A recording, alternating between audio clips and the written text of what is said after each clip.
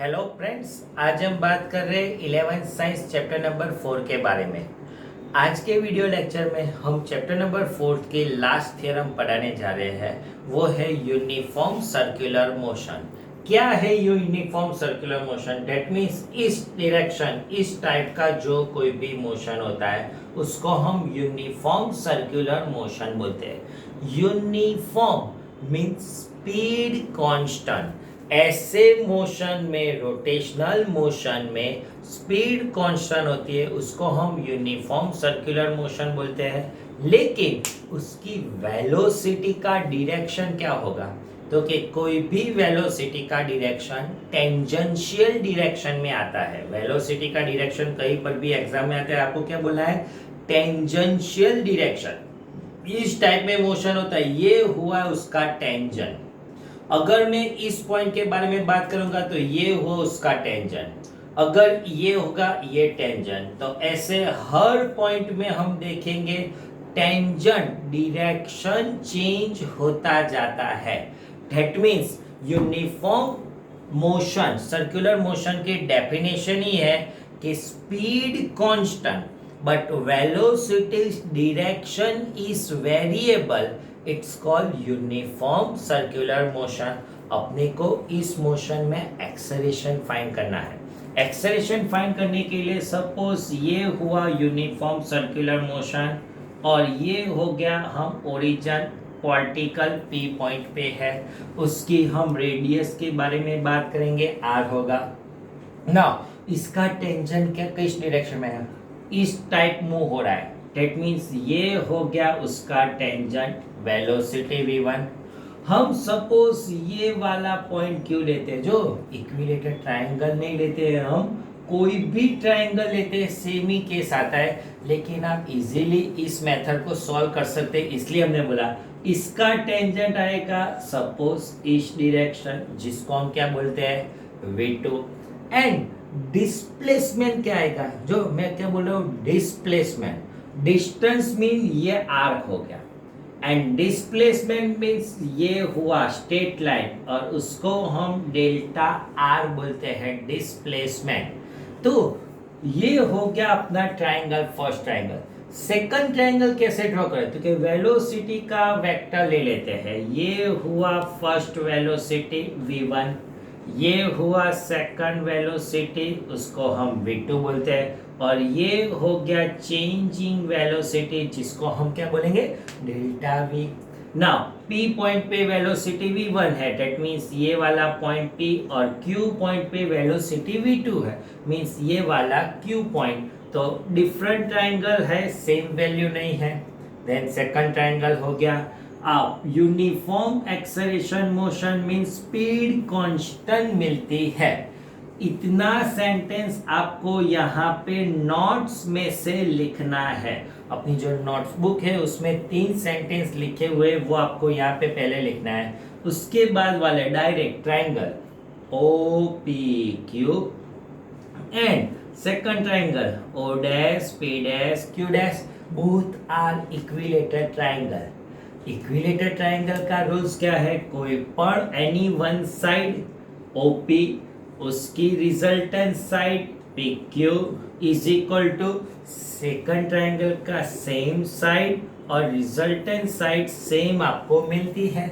Now OP will be R, PQ will be delta R, then R upon delta R, O dash P dash will be V1, P dash Q dash will be delta V, but V1 equal to V2 equal to V, then we can take directly V1 V2 is equal to V ले लेते हैं।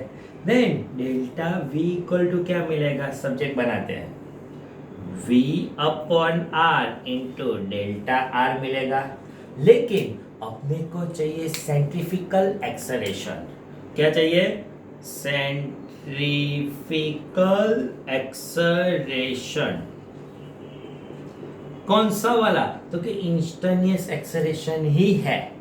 तो instantaneous acceleration उसको हम A of C बोलते हैं। Centrifugal acceleration instantaneous only A, and centrifugal acceleration that means A of C। हमने formula पढ़ाई थी आपको dv upon dt, otherwise limit delta t tends to 0 delta v upon delta t वाली formula थी, ये use कर सकते हैं। डेल्टा v की वैल्यू रखेंगे यहाँ पे, then ac equal to limit delta t tends to 0 delta v upon r into delta r upon delta t आएगा। Now ac v upon r constant, limit को इनसाइड में लेंगे, जहां पर भी डेल्टा आता है उसको हम क्या लेना पड़ेगा, dr अपॉन dt आ जाएगा। But dr upon dt differentiation of displacement with respect to time, velocity मिलेगी। Then ac equal to v upon r into v, then we can write v square upon r। तो uniform circular motion में acceleration की formula आपको मिल गई, कौन सी, v square upon r वाली formula मिल गई। Now यहां से डिफरेंट हम फॉर्मूला डिराइव करते हैं। पहले लिख देते ac इक्वल टू क्या लिखा, v स्क्वायर अपॉन r। यहां से टू पार्ट्स, हमने लास्ट वीडियो लेक्चर में आपको बोला वी आर मेगा, हम लाखों में एक है, then we can write v equal to r omega भी आ सकता है। Now put this value v, then ac equal to v के बदले r square omega square upon r, then we can write ac equal to r omega square आएगी। यहाँ पे सम of strength है ना सर, मेरे को वी आर की वैल्यू रखनी है, तो भी डिफरेंट फॉर्मूला मिल जाएगी। AC इक्वल टू आर के बदले जो v square v upon omega, upon की अपॉन प्रॉपर्टी मल्टीप्लाई में चली गई एंड एक v cancel, then AC equal to omega into v मिलेगा।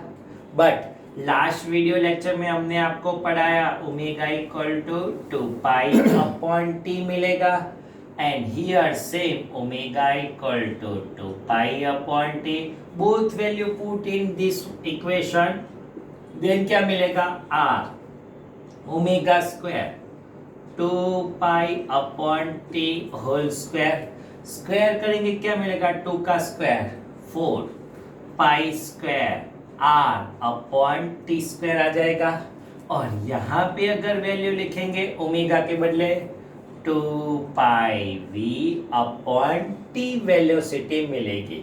तो आपको सेंट्रीफ्यूगल एक्सेलरेशन की जंबो जेट फॉर्मूला मिल गई। सेंट्रीफ्यूगल एक्सेलरेशन कितनी फॉर्मूला, हम जंबो क्यों बोलते हैं, सारी फॉर्मूला एक्सेलरेशन की है। फर्स्ट वाली v स्क्वायर अपॉन आर बी राइट, सेकंड वाले आर ओमेगा स्क्वायर बी राइट, थर्ड वाले v इंटू ओमेगा बी राइट, फोर्थ वाले 4 pi square R upon T square वाली भी राइट, फिफ्थ वाले 2 पाई v अपॉन टी वाली भी फॉर्मूला राइट। सारी फॉर्मूला सेंट्रीफ्यूगल एक्सेलरेशन की आने वाली है। तो ये क्वेश्चन 2 और 3 मार्कर में आ सकता है। अगर 2 मार्कर की एग्जाम में आते हैं तो यहां से लेके आपको v स्क्वायर अपॉन आर तक ही डिराइव करना है, और अगर 3 मार्कर में आता है तो ये डिराइव करने के बाद उसके सारे इक्वेशन भी डिराइव करने पड़ेंगे। तो आज के वीडियो लेक्चर में हम यहाँ तक रखते हैं। Thank you very much.